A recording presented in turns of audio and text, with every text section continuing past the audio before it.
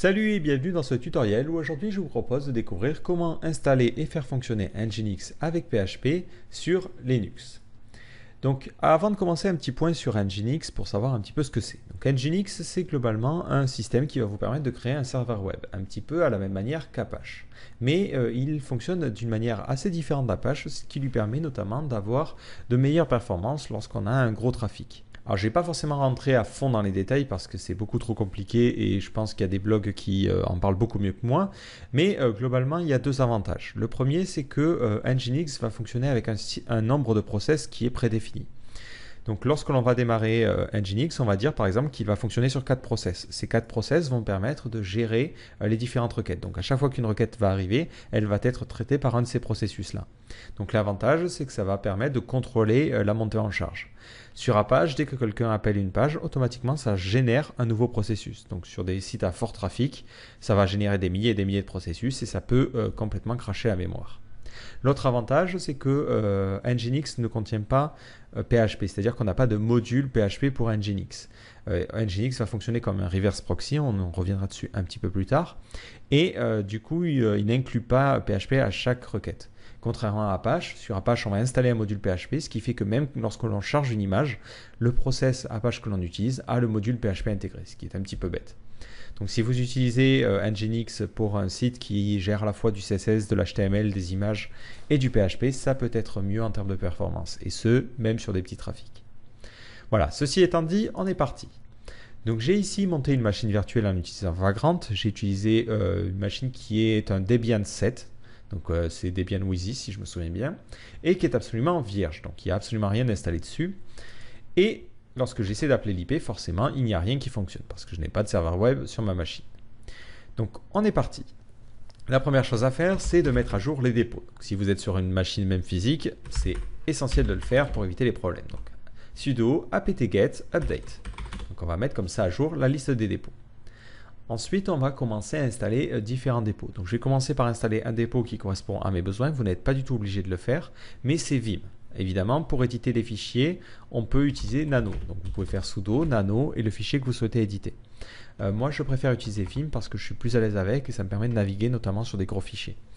Donc, je vais l'installer en faisant sudo apt-get install Vim. Donc, automatiquement, vous répondez ici à oui si vous en avez besoin. Et ensuite, je vais tweaker légèrement ma configuration pour pouvoir avoir la coloration syntaxique, ce qui me permettra à moi de mieux m'y retrouver et surtout à vous en tant que spectateur de mieux comprendre ce qui se passe à l'écran, parce que sinon ça fait des lignes en blanc et c'est pas très pratique. Donc pour cela, on doit éditer un fichier qui se trouve dans notre dossier personnel, donc c'est dans tilde. Donc on n'a même pas besoin d'ailleurs de sudo pour ce cas-là. Hop, et on va l'appeler .vimrc. Donc automatiquement, il va contenir les différentes configurations que l'on va faire à Vim. Donc ici, on va mettre juste syntaxe on. Voilà. Et après, vous fermez le fichier en le sauvegardant. Donc maintenant, dès que je vais éditer un fichier, vous voyez que j'ai la coloration syntaxique, ce qui est un petit peu plus agréable. Donc si vous n'êtes pas à l'aise avec Vim, je me répète, vous pouvez tout à fait utiliser Nano. Donc ça va fonctionner un petit peu de la même manière. Hop, vous faites Nano suivi du nom du fichier et vous avez un éditeur plus classique. Donc là, lorsque vous voudrez quitter le fichier, vous ferez CTRL-X. Et automatiquement, ça vous demande si vous voulez sauvegarder. Voilà, moi, pour aller plus vite, j'utiliserai Vim. Bon, cette petite aparté étant faite, on va pouvoir installer Nginx. Donc pour installer Nginx, on fait sudo apt-get install Nginx. On répond oui à la fameuse question si on veut l'installer, parce que c'est quand même le but de notre petite commande. Et ensuite, automatiquement, il va aller télécharger sur Debian tout ce dont il a besoin. Donc une fois que Nginx est installé, on va pouvoir le démarrer. Donc pour cela, vous faites sudo service nginx start. Voilà, vous allez avoir un petit message qui vous dit que c'est installé et que ça démarre. Et si vous actualisez la page, donc la page qui correspond à votre IP, automatiquement vous voyez un petit message Welcome to Nginx. Donc globalement, c'est une page par défaut que Nginx a configurée pour pouvoir nous permettre de vérifier que ça fonctionne. Donc maintenant, on va avoir besoin de personnaliser ça. Donc moi j'ai ici créé un dossier qui va contenir différents fichiers. Donc j'ai mis un petit peu de tout, de l'HTML, du PHP et des images. Et ce dossier est accessible sur ma machine à travers l'URL, enfin à travers le chemin plutôt, /home/vagrant/php. Voilà, vous voyez que je retrouve la même architecture. Donc j'ai synchronisé ces deux dossiers-là. Donc mon but évidemment c'est de faire en sorte que Nginx charge cette page là. Donc pour tout ce qui a trait à Nginx, il faut se rendre dans le dossier etc/Nginx. On va lister un petit peu son contenu pour que je vous explique de quoi il retourne. Alors on a un dossier conf.d, c'est un dossier classique qui va contenir des sous-configurations. Par défaut il est vide. On a ensuite un fichier nginx.conf qui est assez important, donc on va l'éditer rapidement. On va l'éditer d'ailleurs sans vouloir l'écrire, hein. Donc qui contient toute notre configuration. On a notamment par exemple ici la configuration qui détermine le nombre de processus à utiliser, l'utilisateur qui est utilisé pour démarrer le serveur, et ainsi de suite, ainsi de suite. Donc si vous avez des configurations à faire, ça se fera ici. Donc il faudra bien faire attention évidemment à ne pas tout péter lorsque vous le faites. Donc, si jamais vous voulez plus d'informations, vous pouvez chercher sur Google des exemples de configuration, des choses à optimiser. Donc notamment le nombre de process, il faut qu'il corresponde au nombre de corps de votre processeur, histoire que vous n'ayez pas de processus en trop ou en moins. Voilà, donc ici je vais fermer ce fichier là. Et ensuite on a deux dossiers, Seats Available et Seats Enabled. Donc si vous êtes habitué à Apache, c'est le même fonctionnement. Dans le dossier Seats Available, on va avoir toutes nos configurations. Donc on va avoir un fichier par virtualhost si vous voulez. Et ensuite on fera des liens symboliques dans Seats Enabled pour pouvoir automatiquement activer ou désactiver des sites. Sachant que contrairement à Apache où on avait la commande a2enSit, voilà, qui permettait d'activer rapidement un site, on n'a pas de commande pour le faire. Donc si jamais vous voulez copier un site, on va le faire rapidement. Donc on va aller créer un fichier dans Seats Available qu'on va appeler par exemple local.dev. Voilà. Alors hop, il ne me laisse pas le faire parce que je ne suis pas admin, donc on va faire sudo. Si jamais vous voulez activer ce site-là, il faudra faire un lien symbolique. Donc sudo ln, donc vous allez aller dans Seats Available. Voilà, vous allez prendre votre fichier local.dev et vous allez ensuite faire un lien symbolique vers le Seats Enabled. Hop. Et vers le même nom. Voilà. Donc là, comme ça, vous allez pouvoir faire des choses. Il n'y a pas de commande automatisée. Alors, je vais supprimer ce fichier-là, tout simplement parce qu'il ne me servira à rien dans la suite de cette vidéo. Donc, par défaut, automatiquement, ce qu'a fait Nginx, c'est qu'il a créé un fichier. Donc, on va aller l'éditer. Alors, sudo-e. Alors là, je mets -e pour qu'il prenne en compte ma configuration vimrc. Donc, c'est sudo-e vim seats available. Et comme je vous l'ai dit, on a d'abord default. Donc ici, on a une configuration qui s'est créée par défaut. C'est celle qui permet d'afficher la page que vous voyez et qui contient déjà quelques exemples de configuration. Donc, premier élément que l'on va changer, c'est le listen. Listen, on va lui indiquer sur quel port écouter. Donc, par défaut, il est écouté sur le port 80, mais si vous voulez le faire écouter sur le port 8000, vous pouvez le faire ici. Ça peut être utile si vous avez déjà Apache, par exemple, pour avoir les deux et tester les deux en même temps. Ensuite, route, c'est important, c'est le point d'accueil. C'est là où on va rentrer lorsqu'on va taper notre IP. Donc ici, on va le changer. Nous, c'était /home/vagrant/php. Ensuite, on a la propriété index qui indique par quoi on doit commencer. Donc lorsqu'on va sur la page, d'abord, ça va essayer d'ouvrir un fichier index.html. Si ça ne le trouve pas, ça essaiera d'ouvrir un fichier index.html. Ensuite, on a les alias. Donc par défaut, ça répond à localhost. Mais si vous voulez par exemple que ça réponde à local.dev, vous pouvez faire ça. Et ainsi de suite, ainsi de suite. Ça fonctionne exactement comme Apache à ce niveau-là. Ensuite, on a une propriété qui est importante, location. Donc ça permet d'indiquer lorsqu'on arrive sur la page d'accueil, qu'est-ce que l'on fait. Donc on essaie d'abord de charger le fichier. Si ça n'existe pas, on essaie de charger le dossier. Si ça n'existe pas, on essaie de charger index.html. Voilà, du coup, ça permet comme ça de gérer la configuration. Donc là, à ce niveau-là, je vais juste supprimer les commentaires autour. Mais il n'y a rien à changer. Et après, tout le reste, c'est des commentaires pour tous expliquer ce que l'on peut faire en plus. Donc une fois que vous avez changé, du coup, comme moi, le root, et vous n'avez changé que ça, vous pouvez fermer et sauvegarder votre fichier. Et ensuite, redémarrer, du coup, Nginx, en faisant sudo service nginx restart. Donc automatiquement, il doit afficher ce message. Si vous affichez rien, c'est que vous avez fait une erreur. Si vous avez fait une erreur, si jamais il y a quelque chose qui plante, ne paniquez pas, il suffit d'éditer et de regarder le log. Donc pour cela, vous faites sudo, je crois que même il est accessible en écriture, tail, vous prenez par exemple les 100 dernières lignes, et c'est dans /var, /log, /nginx, /error.log. Voilà. Et là, vous voyez notamment que j'ai rien. Et pareil, si vous voulez avoir des infos sur les accès, c'est access.log. Et là, vous voyez qu'on a un accès, c'est celui que j'ai fait tout à l'heure avec Chrome. Donc j'ai ici redémarré mon Nginx et du coup si j'actualise, vous voyez maintenant que j'ai cette page index.html qui est chargée. Donc à l'intérieur je n'ai fait que mettre une image et l'image fonctionne bien. Donc on a déjà appris à utiliser Nginx pour créer un serveur statique. Mais moi ce qui m'intéresse c'est de faire fonctionner aussi un fichier PHP. Donc j'ai ici créé un fichier index.php. Du coup la logique ça serait tout simplement de le mettre en index. Donc là je vais revenir sur ma configuration. Voilà, et je vais dire que lorsqu'on essaie d'appeler la page d'accueil, d'abord, on va essayer de charger index.php. Je ferme et je redémarre Nginx. Maintenant, je vais actualiser ma page et je vois qu'il se passe quelque chose d'un petit peu bizarre. Il télécharge. En fait, Nginx ne sait pas comment gérer les fichiers PHP.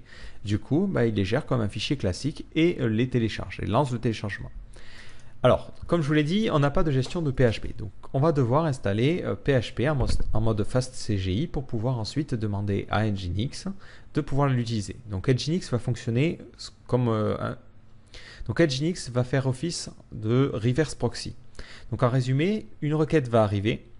Nginx va la traiter et va dire « Attends, là, tu veux charger un fichier index.php. » Donc, tu veux charger un fichier index.php. Du coup, je vais envoyer cette requête à PHP. PHP va la traiter, renvoyer un résultat qui va être récupéré par Nginx et Nginx va se charger tout simplement ensuite de nous afficher ce résultat. Donc il va nous falloir installer ce fameux PHP en mode fastCGI. Alors pour cela, on est parti. Sudo apt-get install php5-fpm. Donc vous pouvez installer d'autres versions de PHP, c'est la plus utilisée entre guillemets avec Nginx, mais vous pouvez par exemple utiliser HHVM, qui est une autre version qui a ses avantages et ses inconvénients. Bon, je ne reviendrai pas dessus, mais tant que vous avez une version fastCGI, ça va fonctionner. Donc une fois que ça c'est fonctionnel, on va pouvoir le lancer. Donc pour cela, vous faites sudo service php5-fpm start ou restart si vous avez besoin de le relancer. Donc là, PHP5 FPM est bien lancé et on va maintenant pouvoir lui dire de l'utiliser. Donc on va rééditer notre configuration default. Voilà. Et on va rajouter juste après le location ici une configuration supplémentaire. Donc on va être location et on va utiliser une sorte d'expression régulière. Alors c'est une expression régulière simplifiée, mais on va lui dire que toutes les extensions qui finissent par PHP, donc c'est pour ça qu'on met le $, vont être traitées avec tout ce que l'on va mettre à l'intérieur ici. Donc ici, on va lui dire d'abord try file. Donc on essaie de charger le fichier URI, donc le fichier demandé, mais s'il n'existe pas, on charge le fichier index.php. Sinon, on affiche la page d'erreur 404. Ensuite, on va définir la configuration de fastCGI. Donc là, vous allez devoir recopier. Malheureusement, il n'y a pas vraiment de trucs à comprendre. Donc vous faites fastCGI_pass. Et on va lui passer en l'URL ou l'IP ou le chemin vers le process fastCGI, donc vers le serveur fastCGI. Donc c'est le serveur que l'on a démarré en faisant php5-fpm start. Donc ici on peut soit utiliser une IP, soit utiliser les sockets. Donc par défaut c'est configuré sur une socket. Je vous expliquerai juste après comment voir où c'est configuré justement. Donc ici nous on va mettre unix /var/run/php5-fpm.sock. Voilà. Ensuite, on va préciser la page d'accueil. Donc, c'est fastCGI_index, index.php. Alors, si vous voulez avoir un petit peu plus d'informations sur tout ça, c'est sur la documentation de Nginx. Donc, dans fastCGI, vous avez plein d'informations. Donc, par exemple, pass, c'est ce que l'on vient de configurer. Et hop, si vous cherchez index, voilà. Il y a tout plein d'informations, donc je vous laisse les voir de manière plus exacte si ça vous intéresse, mais vous allez de toute façon devoir toujours recopier encore et encore cette même configuration, donc du coup c'est pas forcément utile d'avoir plus de détails que ça. Donc ensuite on va indiquer les paramètres, donc fastCGI_param, donc là c'est les paramètres qu'on va envoyer au serveur fastCGI. Donc globalement, là on vient de dire juste à php5fpm fait quelque chose, mais on a besoin de lui indiquer où trouver le fichier. Ici, on lui passe le paramètre script file name et le file name c'est document root suivi de fastCGI_script name. Donc ça permet d'obtenir le chemin du fichier PHP que l'on est en train d'appeler sur Nginx. Et après, on met include fastCGI underscore params. Voilà. Alors vous n'oubliez pas les points-virgules partout, ce que j'ai évidemment pris soin d'oublier sur chacune de ces lignes. Voilà. Et une fois que vous avez mis ces quelques lignes, vous pouvez sauvegarder. Donc ici, .wq, et vous redémarrez donc votre service. Donc sudo service nginx restart. Donc normalement ça devrait redémarrer sans problème. Si jamais vous avez une erreur, évidemment vous corrigez les problèmes que vous avez laissés. Si maintenant j'actualise ma page, vous voyez que je n'ai plus un téléchargement qui se lance, mais j'ai directement mon fichier PHP info. Et je vois bien ici que j'ai PHP 5.4 d'installé et que je suis en mode fastCGI. Alors comme je vous le disais, ici nous on utilise les sockets au niveau de notre serveur fastCGI, au niveau de notre chemin. Vous pouvez le changer. Alors si vous avez besoin de plus d'informations, il faut éditer le fichier. Donc c'est sudo-e vim /etc/php5 /fpm /pool.d /ww.conf. Alors là, vous allez avoir tout un tas d'informations assez chiantes et vous cherchez directement listen. Voilà. Bon, apparemment, j'ai fait une recherche un petit peu trop courte. Alors, c'est listen égal. Voilà. Donc là, vous voyez qu'on on écoute sur ce socket-là. Du coup, au niveau de ma configuration Nginx, j'ai mis ce socket-là. Mais parfois, si vous avez...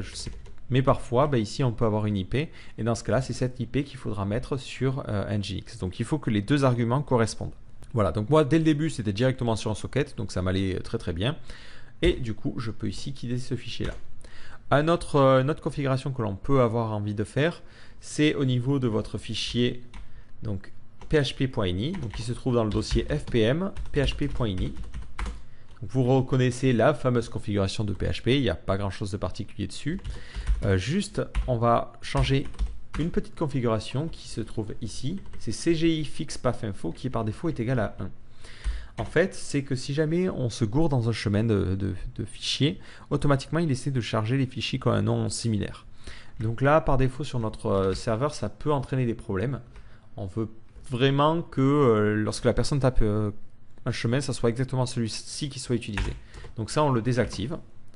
Donc comme ça, je sauvegarde. Et ensuite, on va redémarrer Nginx et PHP 5 FPM. Voilà, donc les deux sont maintenant redémarrés. Et si je réactualise ma page, je vois que ça fonctionne bien. Et si je regarde la variable fixe pathinfo, elle est bien égale à 0. Donc là, on a maintenant tout notre système qui est prêt à fonctionner. Donc si vous avez envie d'installer MySQL, il n'y a rien de particulier. C'est la même chose que sur Apache. On installe MySQL Server et voilà quoi. Donc là, après, ce qu'on peut faire, on va créer un autre fichier qu'on va appeler copy. Si je veux changer ce fichier copy, hop, et on va mettre echo salut. Voilà, pour vérifier que quand même le PHP est exécuté. Donc on va charger ce fichier copy, copy.php. Voilà, et vous voyez que ça fonctionne bien. Il n'y a pas de problème à ce niveau-là. Là où ça se complique, c'est si jamais vous voulez faire fonctionner des sites un petit peu plus complexes. Je prends l'exemple ici, j'ai copié dans mon dossier PHP un dossier CakePHP qui contient un site fait avec CakePHP. Donc lorsque j'essaie de charger ce site-là, vous voyez qu'il est un petit peu tout pété. Tout simplement parce que lorsqu'on utilise des frameworks, de manière générale, ils utilisent des htaccess pour gérer les URL. Les htaccess permettent comme ça de définir à la volée des configurations supplémentaires. Donc ça, c'est très très pratique sur Apache, mais ça n'existe pas sur Nginx. Il faut le configurer manuellement. Donc dès que vous avez comme ça de la réécriture d'URL, vous ne pouvez plus utiliser les htaccess. Il faut directement utiliser votre configuration. Donc ici, on va rééditer ma configuration par défaut et on est parti. Donc première chose à faire, et ça je vous conseille de le faire, alors, c'est de lui dire de bloquer tous les fichiers qui commencent par ht. Parce que si vous avez des fichiers htaccess, ils deviendront automatiquement accessibles parce que Nginx ne les traite pas comme des fichiers particuliers. Donc ici vous mettez location, vous mettez encore la tilde, hop, et vous allez mettre tous les fichiers qui commencent par .ht. Voilà, et ces fichiers-là, dès qu'ils sont accessibles, donc dès que quelqu'un essaie d'accéder, vous mettez deny all. Voilà, ça permet de bloquer l'accès à tous ces scripts-là. Ensuite, comme je vous l'ai dit, on va avoir besoin de modifier la configuration. Donc ici, l'autre configuration que l'on va devoir modifier, c'est ces routes. En effet, sur par exemple CakePHP, on ne doit pas pointer vers le dossier PHP, mais on doit pointer directement vers app/webroot. Donc ici, moi, c'est cakephp/app/webroot. Si vous êtes sur Laravel, il faudra pointer vers le dossier public, et ainsi de suite, et ainsi de suite. Ensuite, si on va sur la documentation, donc, vous avez en général les infos qui correspondent sur toutes les documentations de tous les frameworks. Vous voyez, on vous montre un exemple de configuration en utilisant Nginx. Donc vous n'avez pas besoin de tout recopier. Ce qui nous intéresse, c'est le root, c'est ce qu'on vient de changer ici. D'ailleurs, eux, ils laissent un slash, donc on va faire exactement comme eux. Hop là, j'ai oublié que j'étais sur vie. Voilà. Et ensuite, ce qui est aussi intéressant, c'est ce try files. Donc vous voyez que par défaut, on charge le fichier s'il existe, le dossier s'il existe, mais ensuite on charge index.php en lui rajoutant des arguments. Donc c'est ce point d'interrogation args ici qui est important. Donc ici, hop, plutôt que de charger par défaut index.html si jamais on ne trouve rien, on charge index.php, point d'interrogation args. Voilà, je vérifie que ça correspond par rapport à cakephp. Voilà, et j'ai effectivement oublié $1. Voilà, donc ici, vous avez normalement que ça à changer. Vous fermez et vous sauvegardez. Vous redémarrez votre Nginx en faisant sudo service Nginx restart, la commande que vous êtes habitué à taper maintenant. Voilà, ça redémarre bien sans aucun problème. Ça veut dire que la configuration a bien été modifiée.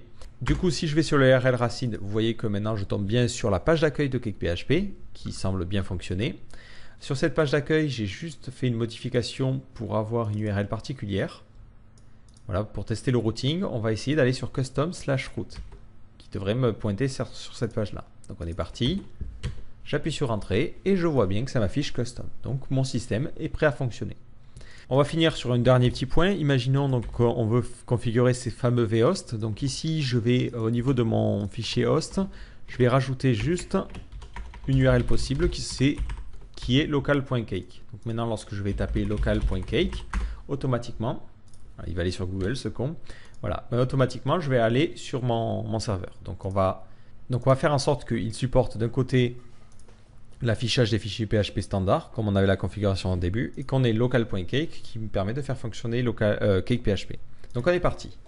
Je vais copier mon fichier default. Je vais copier la configuration par défaut. Donc on est parti. cp sits available /default et on va le copier dans sits available local.cake. Alors évidemment, il me dit que j'ai pas le droit parce que je suis pas super méga administrateur. Donc on est parti. Je me mets super méga administrateur et je vais maintenant modifier d'abord mon fichier défaut. Donc sudo -e vim. Hop, on est parti. Je l'ai déjà écrit il y a quelques secondes. Voilà. Donc là, je vais défaire en fait ce que j'ai fait. Donc au niveau du root ici, je vais supprimer tout ce que j'avais mis là. Donc on va charger par défaut index.php et je vais supprimer ce point d'interrogation args. Voilà. Donc je ferme et je redémarre Nginx. Donc si je me pointe sur mon IP,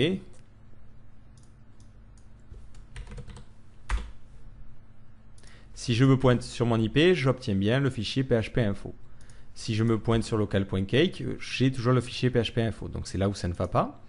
Du coup, je vais aller modifier ma conf local.cake. Donc on est parti. Sudo -e vim sits available local.cake.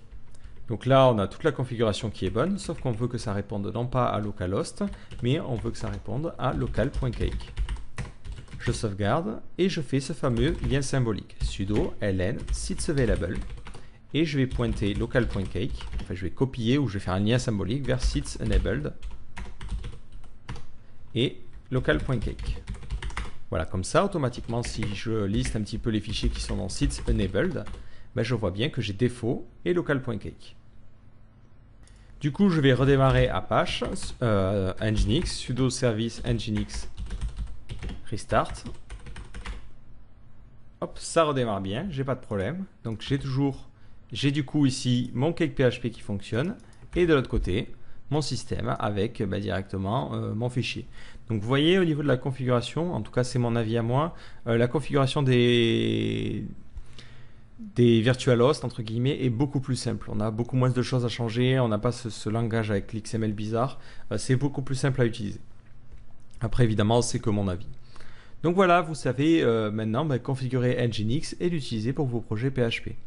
Donc voilà, vous savez maintenant utiliser Nginx pour vos projets PHP. Donc vous voyez que c'est loin d'être très compliqué, que le passage de Apache à Nginx se fait assez simplement. Le seul petit bémol et le seul point qui peut poser problème, c'est évidemment la gestion de htaccess qui n'existe pas sur Nginx. Donc il faut savoir comment traduire ces fichiers-là vers une configuration comme on l'a vu, par exemple pour CakePHP.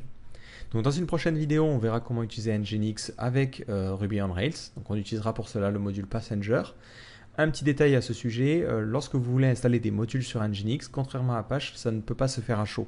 Il faut recompiler et réinstaller les sources. Donc par exemple, dans le cas de Ruby on Rails, on ne pourra pas partir de l'installation que l'on a déjà faite. Il faudra tout recommencer. Donc voilà, si jamais vous voulez utiliser Nginx avec en plus le support de Ruby on Rails, suivez la prochaine vidéo plutôt que de commencer par celle-ci. Donc voilà, j'espère que ce tutoriel vous a plu et vous aura permis d'en comprendre un petit peu plus sur la configuration de Nginx. Donc rendez-vous dans une prochaine vidéo.